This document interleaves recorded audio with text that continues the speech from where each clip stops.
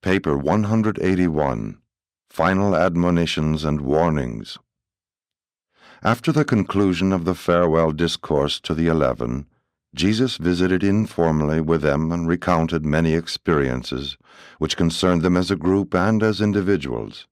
At last it was beginning to dawn upon these Galileans that their friend and teacher was going to leave them, and their hope grasped at the promise that after a little while he would again be with them. But they were prone to forget that this return visit was also for a little while. Many of the apostles and the leading disciples really thought that this promise to return for a short season, the short interval between the resurrection and the ascension, indicated that Jesus was just going away for a brief visit with his Father, after which he would return to establish the kingdom.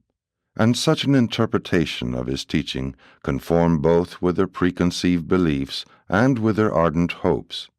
Since their lifelong beliefs and hopes of wish fulfillment were thus agreed, it was not difficult for them to find an interpretation of the Master's words which would justify their intense longings.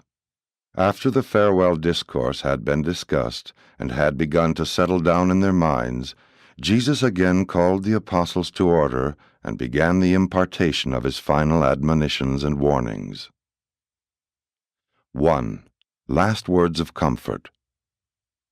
When the 11 had taken their seats, Jesus stood and addressed them. As long as I am with you in the flesh, I can be but one individual in your midst or in the entire world. But when I have been delivered from this investment of mortal nature, I will be able to return as a spirit indweller of each of you and of all other believers in this gospel of the kingdom. In this way the Son of Man will become a spiritual incarnation in the souls of all true believers. When I have returned to live in you and work through you, I can the better lead you on through this life and guide you through the many abodes in the future life in the heaven of heavens.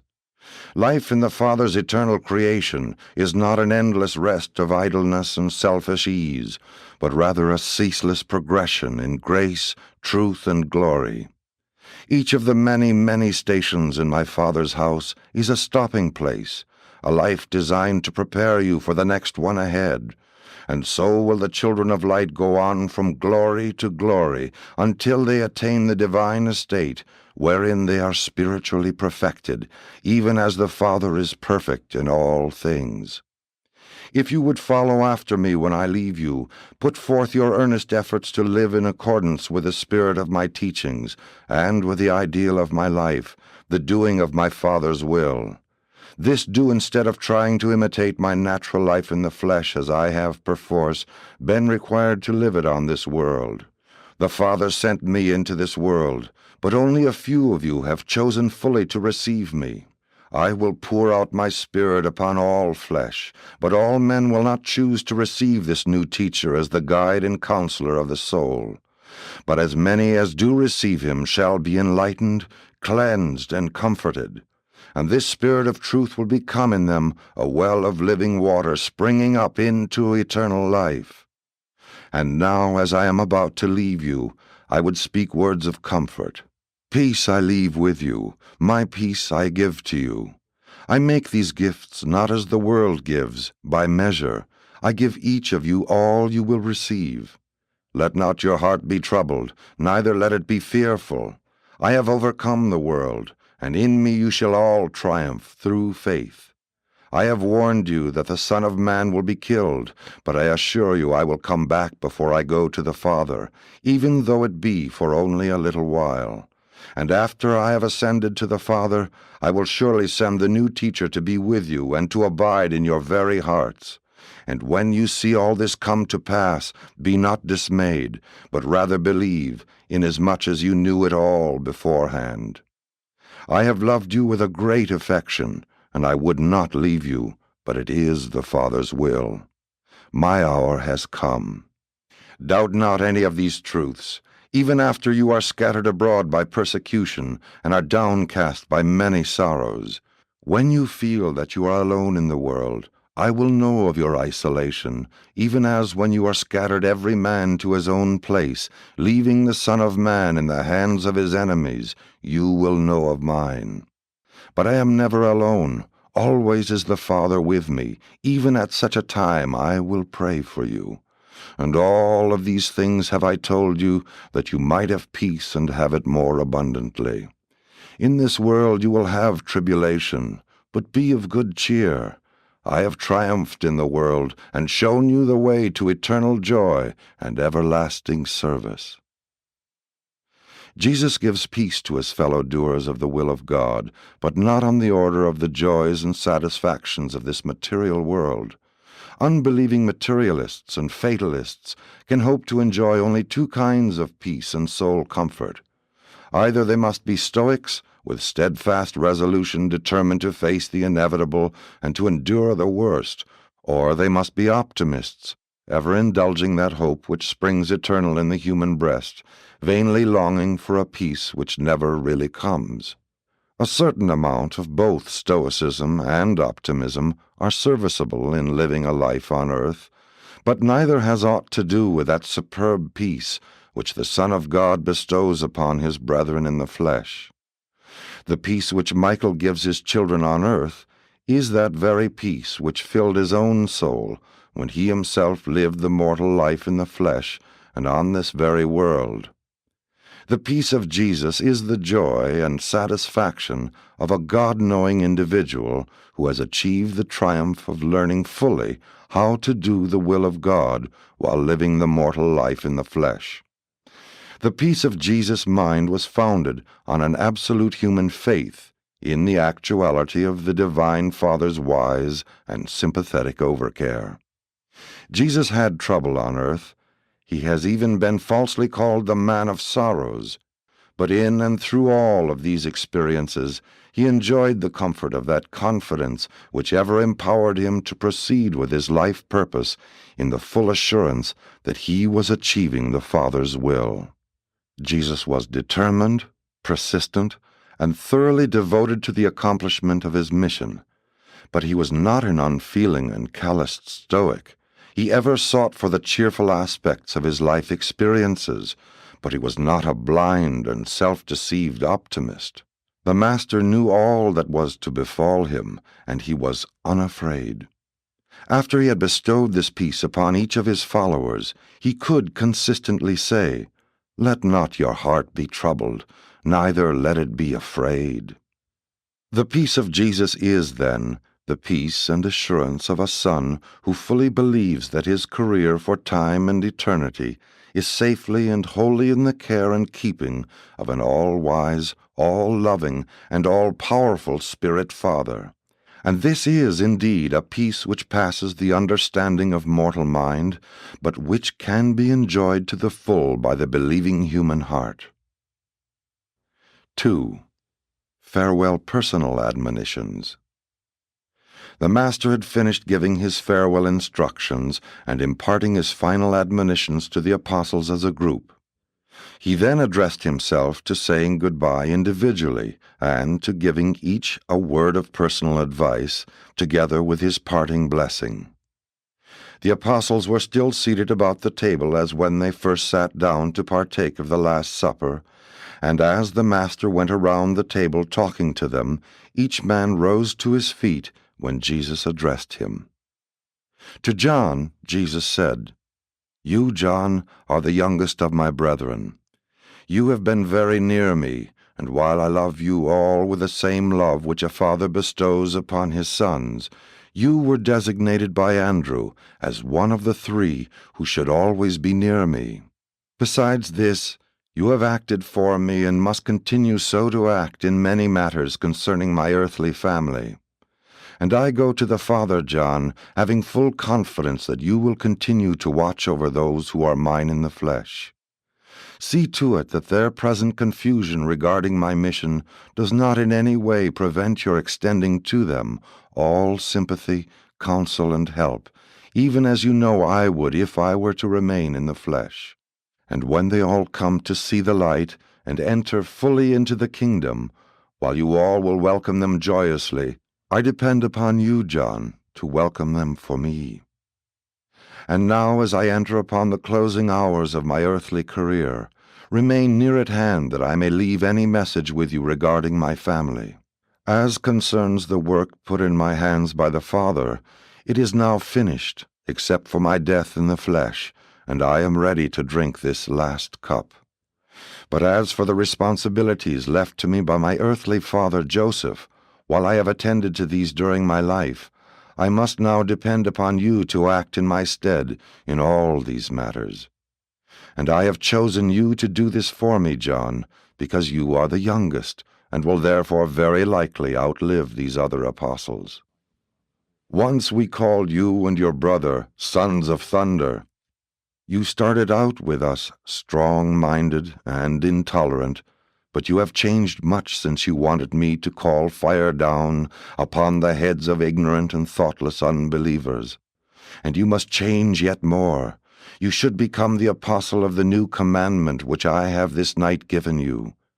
Dedicate your life to teaching your brethren how to love one another, even as I have loved you. As John Zebedee stood there in the upper chamber, the tears rolling down his cheeks, he looked into the Master's face and said, "And so I will, my Master, but how can I learn to love my brethren more?"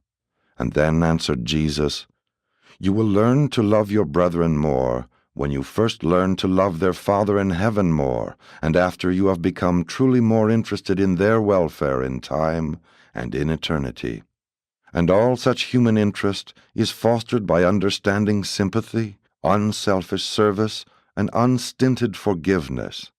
No man should despise your youth, but I exhort you always to give due consideration to the fact that age oftentimes represents experience, and that nothing in human affairs can take the place of actual experience. Strive to live peaceably with all men, especially your friends in the brotherhood of the heavenly kingdom. And John, always remember, strive not with the souls you would win for the kingdom." And then the Master, passing around his own seat, paused a moment by the side of the place of Judas Iscariot. The apostles were rather surprised that Judas had not returned before this, and they were very curious to know the significance of Jesus' sad countenance as he stood by the betrayer's vacant seat. But none of them, except possibly Andrew, entertained even the slightest thought that their treasurer had gone out to betray his Master, as Jesus had intimated to them earlier in the evening and during the supper. So much had been going on that, for the time being, they had quite forgotten about the Master's announcement that one of them would betray him. Jesus now went over to Simon Zelotes, who stood up and listened to this admonition. "You are a true son of Abraham, but what a time I have had trying to make you a son of this heavenly kingdom. I love you, and so do all of your brethren. I know that you love me, Simon, and that you also love the kingdom. But you are still set on making this kingdom come according to your liking.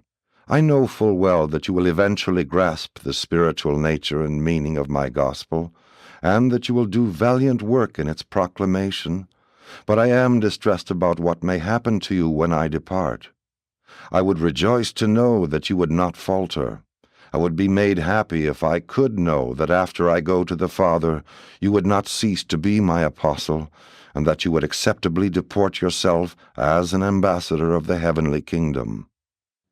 Jesus had hardly ceased speaking to Simon Zelotes when the fiery patriot, drying his eyes, replied, "Master, have no fears for my loyalty. I have turned my back upon everything, that I might dedicate my life to the establishment of your kingdom on earth, and I will not falter. I have survived every disappointment so far, and I will not forsake you." And then, laying his hand on Simon's shoulder, Jesus said, "It is indeed refreshing to hear you talk like that, especially at such a time as this. But, my good friend, you still do not know what you are talking about. Not for one moment would I doubt your loyalty, your devotion. I know you would not hesitate to go forth in battle and die for me, as all these others would." And they all nodded a vigorous approval. "But that will not be required of you. I have repeatedly told you that my kingdom is not of this world, and that my disciples will not fight to effect its establishment. I have told you this many times, Simon, but you refuse to face the truth. I am not concerned with your loyalty to me and to the kingdom, but what will you do when I go away, and you at last wake up to the realization that you have failed to grasp the meaning of my teaching, and that you must adjust your misconceptions to the reality of another and spiritual order of affairs in the kingdom? Simon wanted to speak further, but Jesus raised his hand, and stopping him, went on to say, "None of my apostles are more sincere and honest at heart than you, but not one of them will be so upset and disheartened as you after my departure. In all of your discouragement, my Spirit shall abide with you, and these your brethren will not forsake you. Do not forget what I have taught you regarding the relation of citizenship on earth to sonship in the Father's spiritual kingdom. Ponder well all that I have said to you about rendering to Caesar the things which are Caesar's, and to God that which is God's. Dedicate your life, Simon, to showing how acceptably mortal man may fulfill my injunction concerning the simultaneous recognition of temporal duty to civil powers and spiritual service in the brotherhood of the kingdom. If you will be taught by the Spirit of truth, never will there be conflict between the requirements of citizenship on earth and sonship in heaven, unless the temporal rulers presume to require of you the homage and worship which belong only to God.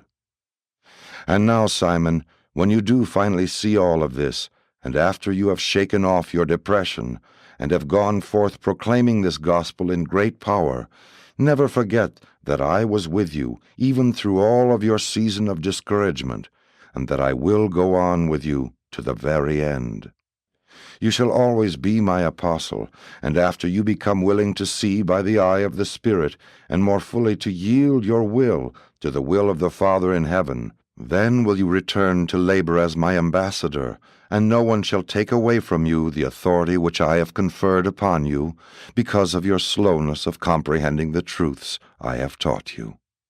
And so, Simon, once more I warn you, that they who fight with the sword perish with the sword, while they who labor in the Spirit achieve life everlasting in the kingdom to come, with joy and peace in the kingdom which now is. And when the work given into your hands is finished on earth, you, Simon, shall sit down with me in my kingdom over there. You shall really see the kingdom you have longed for, but not in this life. Continue to believe in me and in that which I have revealed to you, and you shall receive the gift of eternal life." When Jesus had finished speaking to Simon Zelotes, he stepped over to Matthew Levi and said, "No longer will it devolve upon you to provide for the treasury of the apostolic group. Soon, very soon, you will all be scattered. You will not be permitted to enjoy the comforting and sustaining association of even one of your brethren.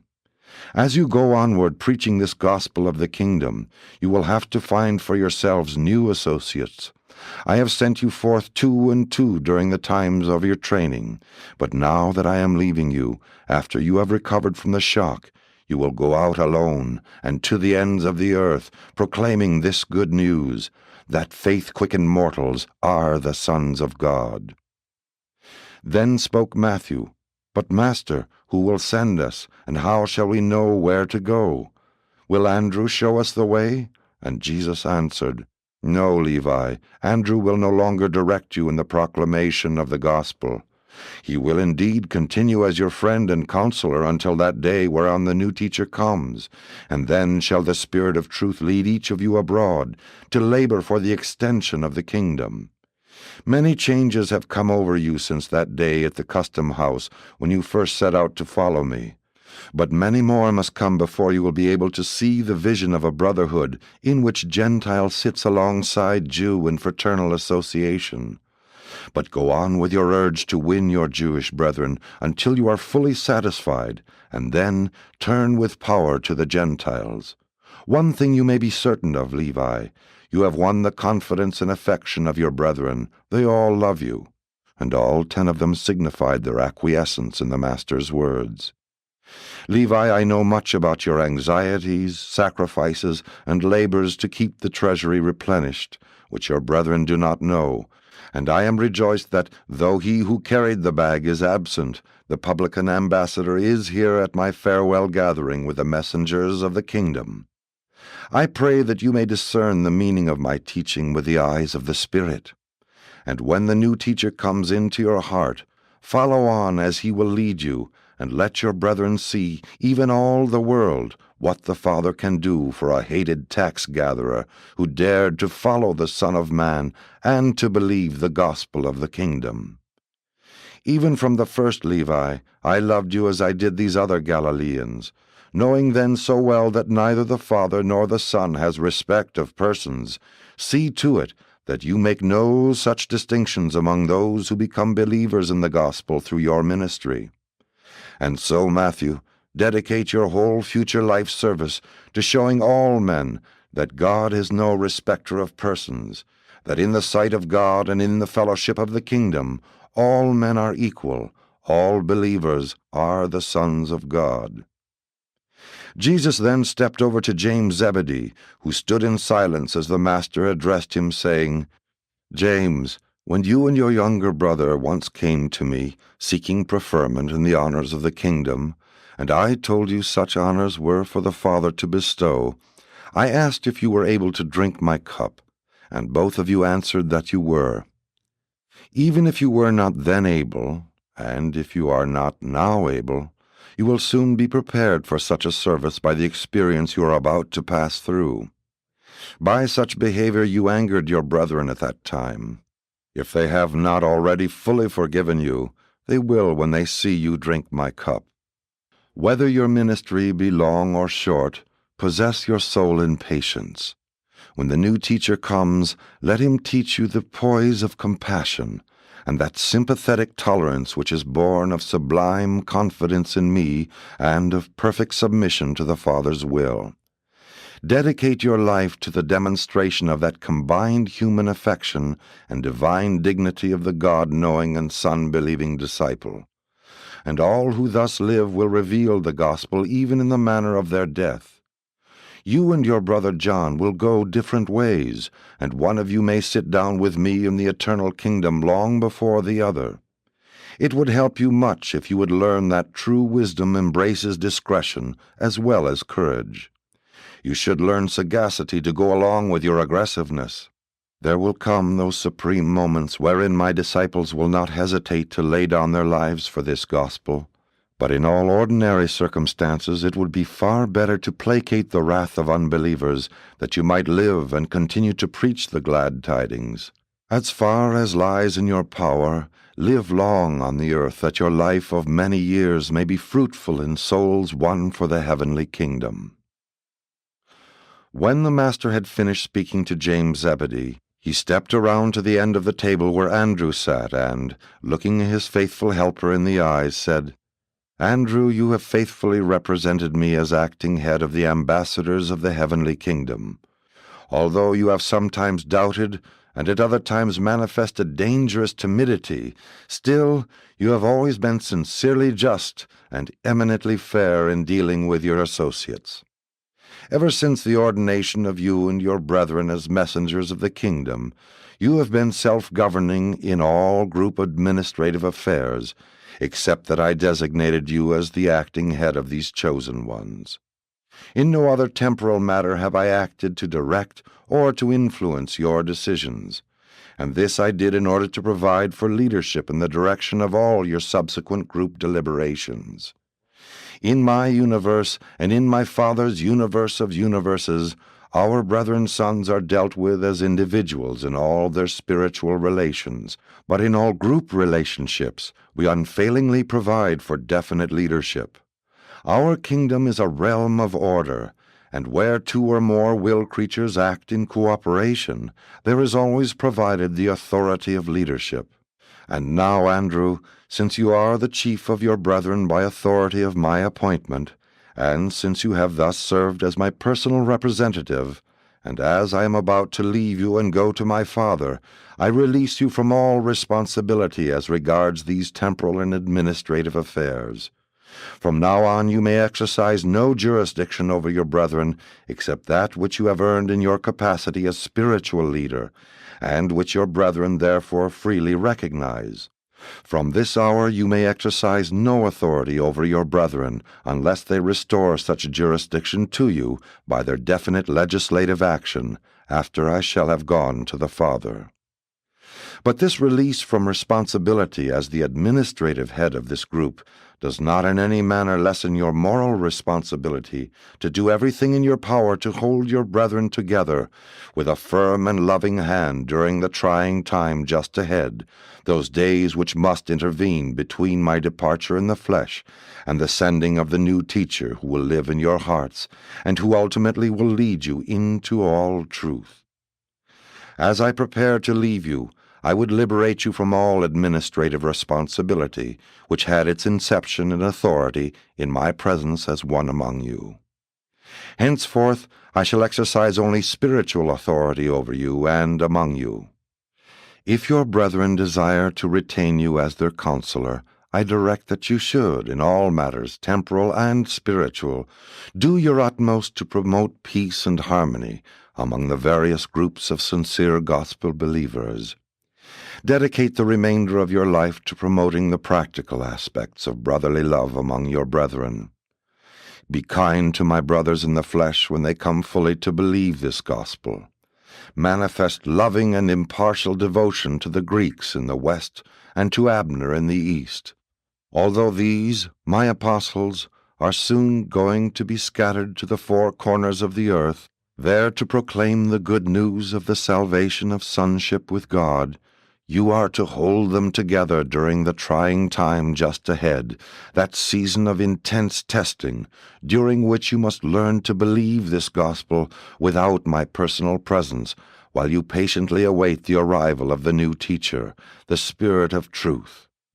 And so, Andrew, though it may not fall to you to do the great works as seen by men, be content to be the teacher and counselor of those who do such things.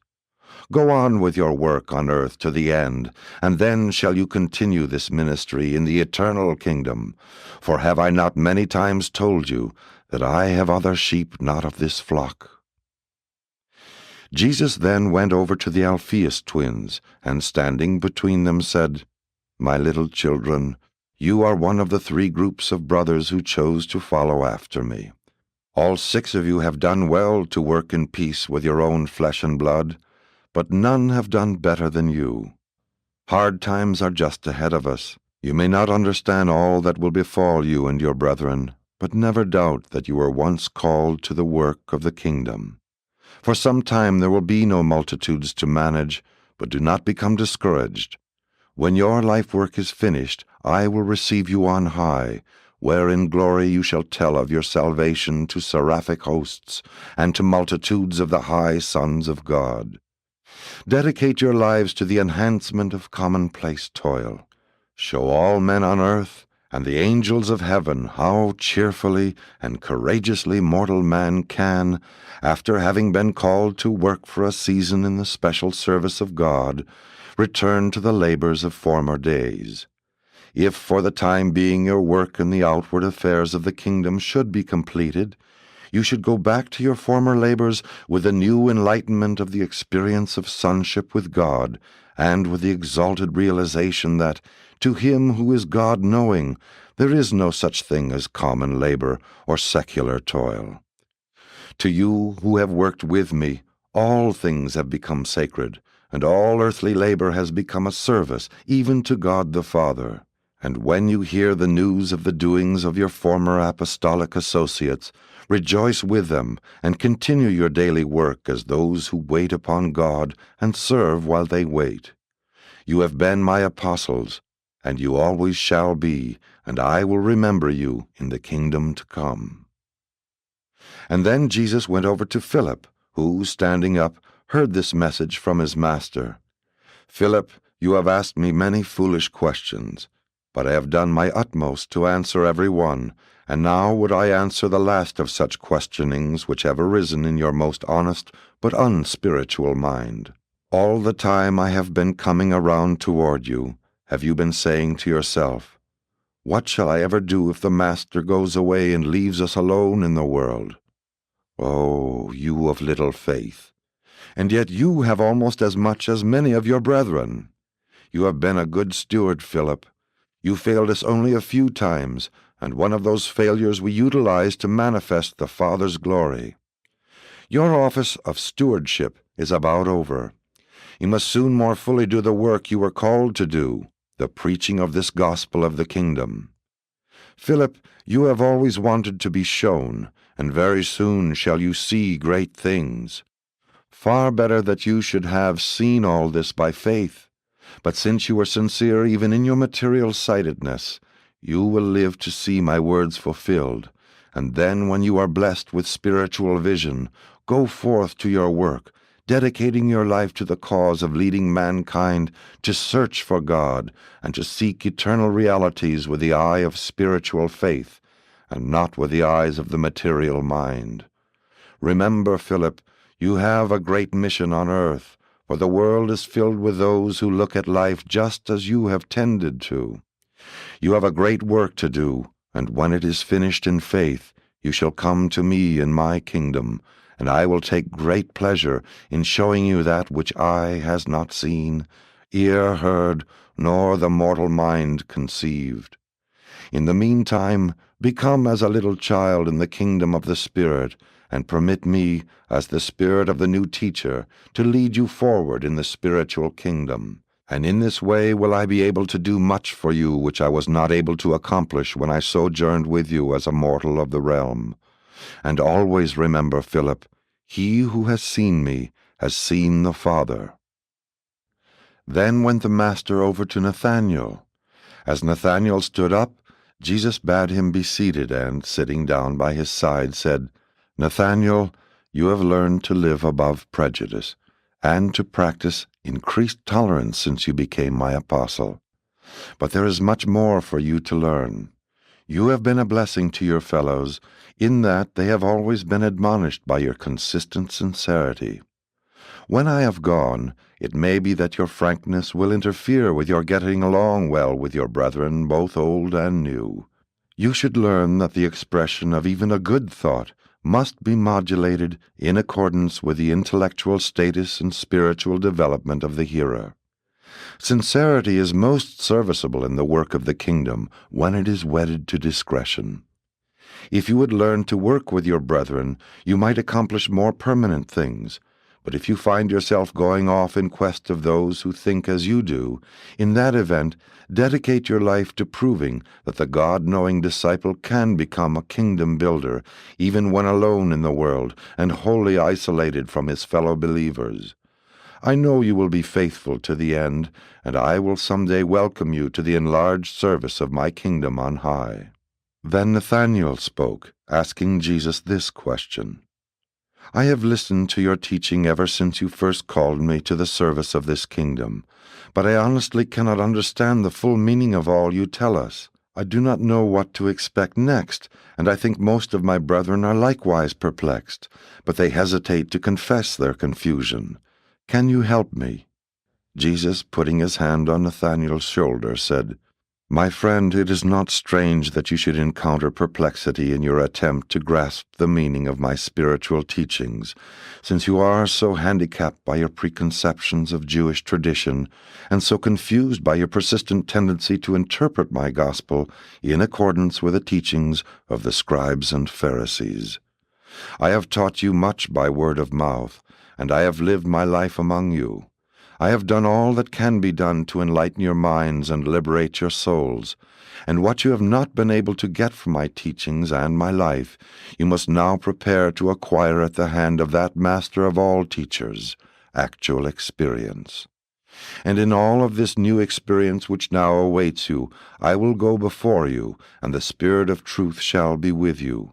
Fear not. That which you now fail to comprehend, the new teacher, when he has come, will reveal to you throughout the remainder of your life on earth, and on through your training in the eternal ages. And then the Master, turning to all of them, said, Be not dismayed that you fail to grasp the full meaning of the gospel. You are but finite, mortal men, and that which I have taught you is infinite, divine, and eternal. Be patient and of good courage, since you have the eternal ages before you in which to continue your progressive attainment of the experience of becoming perfect, even as your Father in paradise is perfect." And then Jesus went over to Thomas, who, standing up, heard him say, "Thomas, you have often lacked faith. However, when you have had your seasons with doubt, you have never lacked courage. I know well that the false prophets and spurious teachers will not deceive you. After I have gone, your brethren will the more appreciate your critical way of viewing new teachings. And when you all are scattered to the ends of the earth in the times to come, remember that you are still my ambassador. Dedicate your life to the great work of showing how the critical material mind of man can triumph over the inertia of intellectual doubting when faced by the demonstration of the manifestation of living truth as it operates in the experience of Spirit-born men and women who yield the fruits of the Spirit in their lives and who love one another even as I have loved you. Thomas, I am glad you joined us, and I know after a short period of perplexity you will go on in the service of the kingdom. Your doubts have perplexed your brethren, but they have never troubled me. I have confidence in you, and I will go before you even to the uttermost parts of the earth." Then the Master went over to Simon Peter, who stood up as Jesus addressed him. "Peter, I know you love me, and that you will dedicate your life to the public proclamation of this gospel of the kingdom to Jew and Gentile. But I am distressed that your years of such close association with me have not done more to help you think before you speak. What experience must you pass through before you will learn to set a guard upon your lips? How much trouble have you made for us by your thoughtless speaking, by your presumptuous self-confidence, and you are destined to make much more trouble for yourself if you do not master this frailty. You know that your brethren love you in spite of this weakness, and you should also understand that this shortcoming in no way impairs my affection for you, but it lessens your usefulness and never ceases to make trouble for you.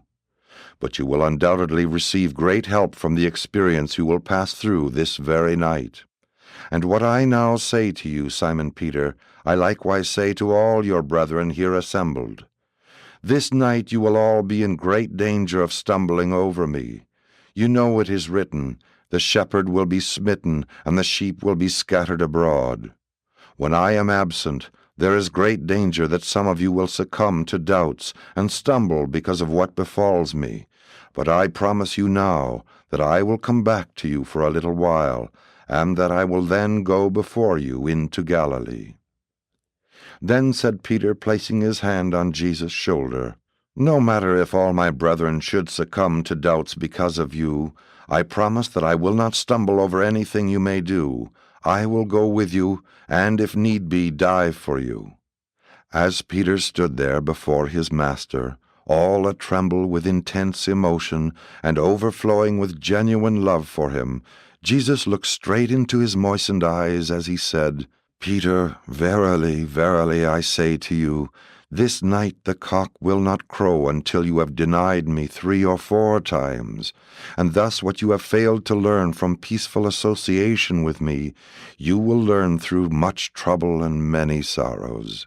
And after you have really learned this needful lesson, you should strengthen your brethren and go on living a life dedicated to preaching this gospel, though you may fall into prison and perhaps follow me in paying the supreme price of loving service in the building of the Father's kingdom.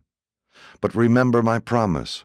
When I am raised up, I will tarry with you for a season before I go to the Father. And even this night will I make supplication to the Father that he strengthen each of you for that which you must now so soon pass through.